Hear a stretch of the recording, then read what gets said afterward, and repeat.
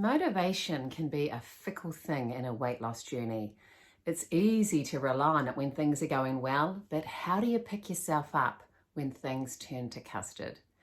I'm Cheryl Takayama from Why Weight Academy. In this video, I am going to share the 3 motivation techniques that I used to lose 30 kilograms in 1 year.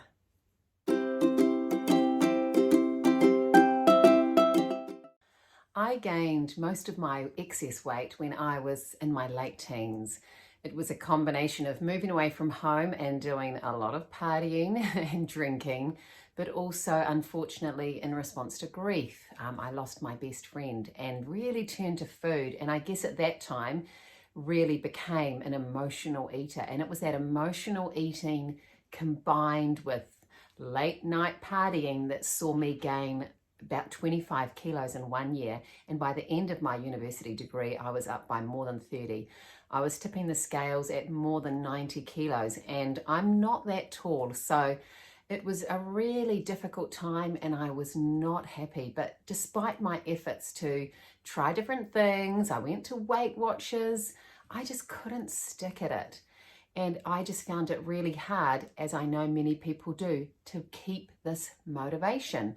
I've been motivated for a short time, but the minute something went wrong or life got hard again, I'd just fall back into those old habits. So the big change for me happened when I moved overseas.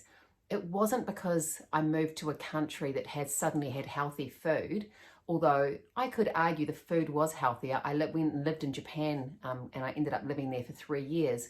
But funnily enough, a lot of the people who were working the same job that I was as an English teacher, most people in that program gained weight because we were young and we were eating out a lot. So it wasn't just that act of moving to another country that saw me magically lose weight.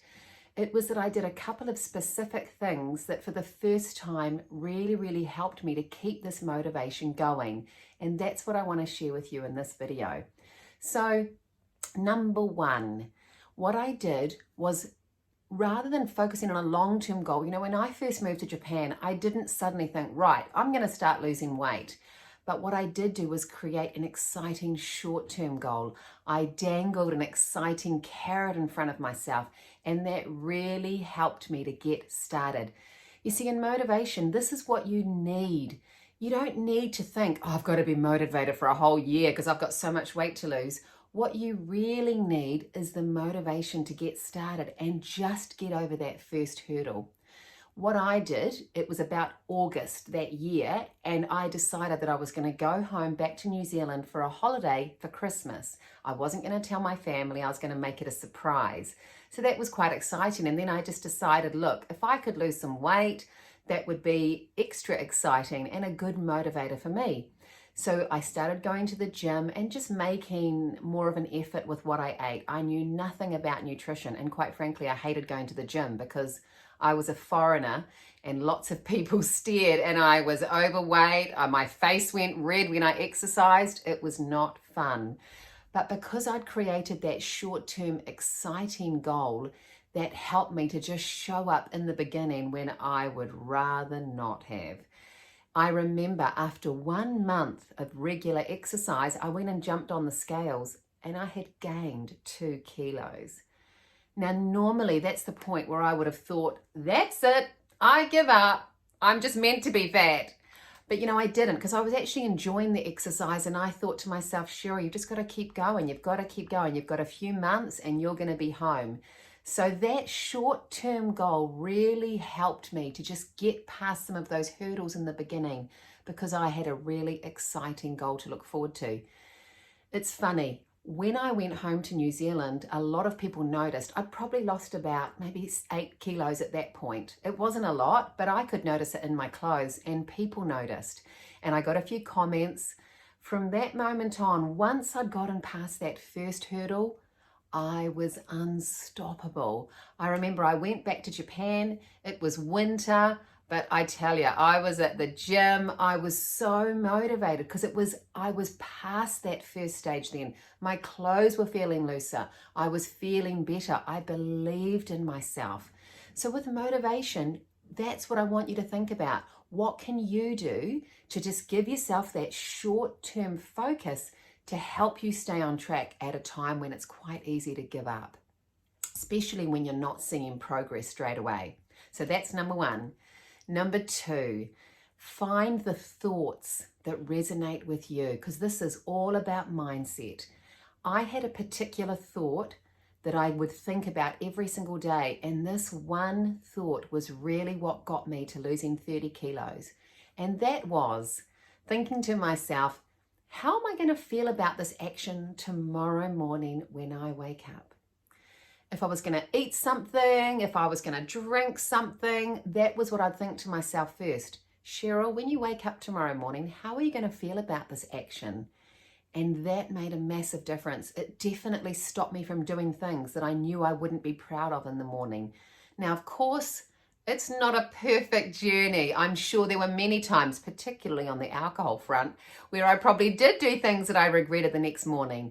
But more often than not, that one thought that it was a simple thought, but that I just kept repeating to myself really helped me to just refocus myself in the moment and decide, no, I'm not going to do that. I'm not going to eat that piece of cake. I'm not going to have that something, because when I wake up in the morning, I know I'll be pissed off at myself. So that thought really helped. Number three, find a motivating photo. Now, this could be in two ways. It could be maybe a photo of you at your biggest where you feel really embarrassed and you think, that's it, no more. Or it could be a photo from your past when you were at a weight that you were really happy with. Whatever resonates with you. I had a photo, and it was taken actually probably a few months into my time in Japan, and I was sitting and eating with my girlfriends at an Indian restaurant. Now, when I had those photos developed, someone said to me, do you notice, Cheryl, that there's no food on your plate because you've already finished your food first? And I remember looking at the photo and I thought, oh my goodness, that's true. All of my friends were a lot smaller than me and I had the empty plate. And I got that photo and I stuck it right next to my dinner table. I decided to myself, you know what? Number one, I don't want to be the biggest one in the photo. And number two, I don't want to be the person finishing their plate first. That photo stayed on my dinner table and I would look at it. And it was never in a way of being angry at myself or being down on myself. But if I maybe had dinner and I thought to myself, oh, I feel like another portion, I would look at that photo and think, I don't need another portion. Cheryl in the past, she ate other portions. I don't need another portion now. And it was just a very simple reset, but it was effective. You see, in weight loss, this does not have to be complicated. It's just finding a few things that resonate with you, a few things that will motivate you.